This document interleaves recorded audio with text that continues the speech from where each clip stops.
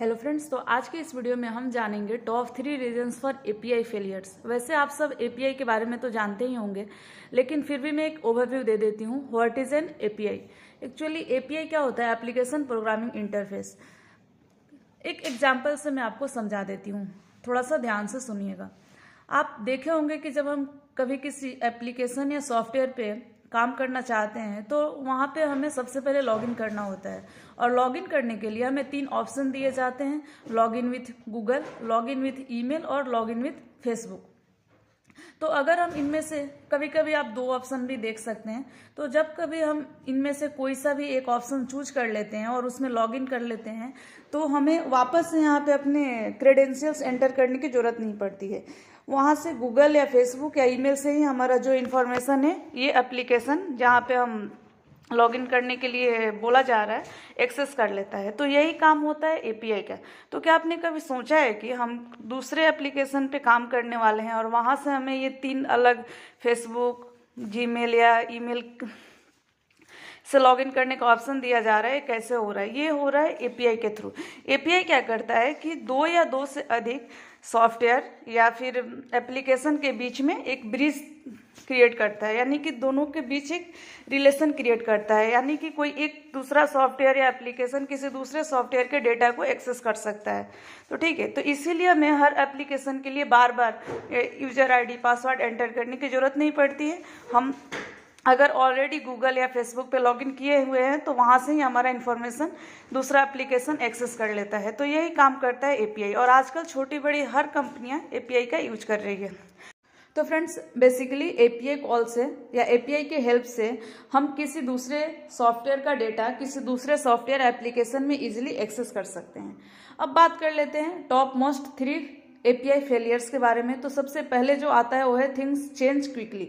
इसका मतलब है कि जो हम एपीआई कॉल कर रखे हैं, जो एपीआई हमारा वर्क कर रहा है, मान लीजिए कि फेसबुक पे हम ईमेल एपीआई को कॉल किए हैं, ठीक है। कभी कभी आपने देखा होगा कि फेसबुक लॉगिन करने के लिए हम ईमेल को लॉगिन कर देते हैं, फेसबुक लॉगिन हो जाता है। इसका मतलब है कि फेसबुक पे ईमेल का एपीआई कॉल हुआ है।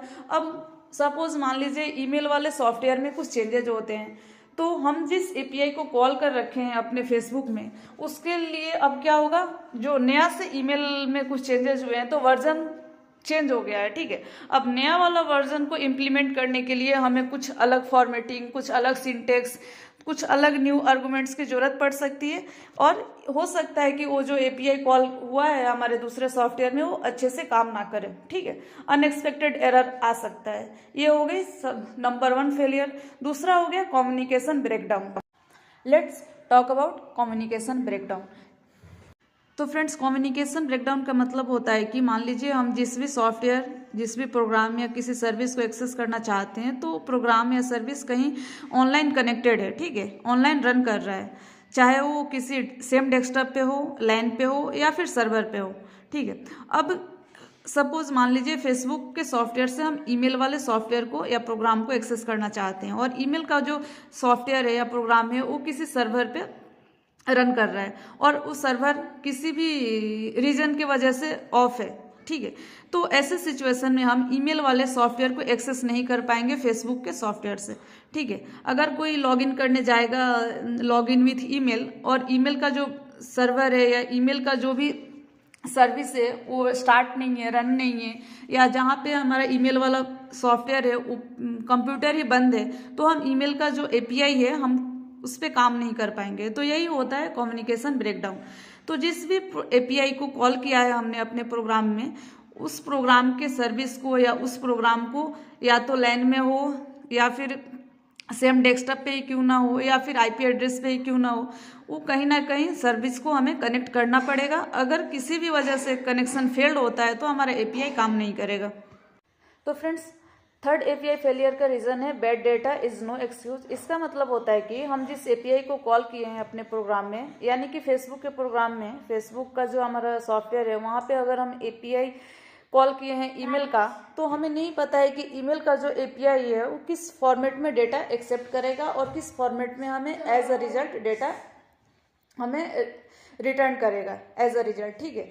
तो क्या होगा अगर हम किसी दूसरे फॉर्मेट में डेटा सेंड कर दें एपीआई को, जो फॉर्मेट एपीआई एक्सेप्ट ही नहीं करता है, ठीक है। तो हमें इस बात का ध्यान रखना होगा कि जिस एपीआई को हमने कॉल किया है वो डेटा, वो जो एपीआई है वो किस फॉर्मेट में डेटा एक्सेप्ट करेगा, ताकि हमें सही एज अ रिजल्ट हमें आउटपुट मिल सके। तो यही होता है बैड डेटा। तो फ्रेंड्स, वैसे तो एपीआई फेलियर के बहुत सारे और भी रीजन्स है, बट हम यहाँ पे टॉप 3 एपीआई फेलियर्स के बारे में बात किए हैं जो बहुत ज़्यादा इंपॉर्टेंट है। और अगर आपको ये वीडियो अच्छी लगी हो तो प्लीज़ वीडियो को लाइक करिएगा, शेयर करिएगा और मेरे चैनल को सब्सक्राइब कर लीजिएगा ऐसे ही और भी इन्फॉर्मेटिव वीडियो के लिए। अगर आपको इस वीडियो से रिलेटेड कोई भी क्वेरी हो तो हमें कमेंट करके ज़रूर बताइएगा। Thank you.